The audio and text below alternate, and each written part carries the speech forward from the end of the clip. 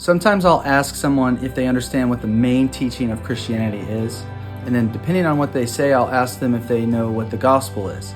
And if they do, cool, we'll talk about it. Otherwise, I'll explain it, and I'll say this.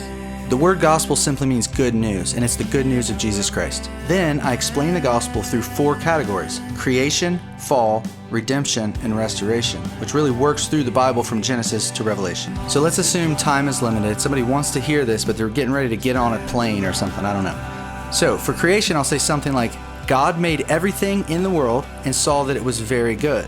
And for fall, I'll say that mankind fell into sin, bringing death and judgment into the world. And because we're all sinners, we all deserve God's judgment, which is what hell is. So for redemption, I'll say God wanted to redeem us from sin and from hell. So he sent his son Jesus into the world, who never sinned, but then died on a criminal's cross for our sins so that we could be saved. And for restoration, I'll say something like this: Jesus raised from the dead, he ascended to heaven, and he is now king right now over everything. And he will return, and when he does, he'll judge the world and also unite all of his people who have faith in him.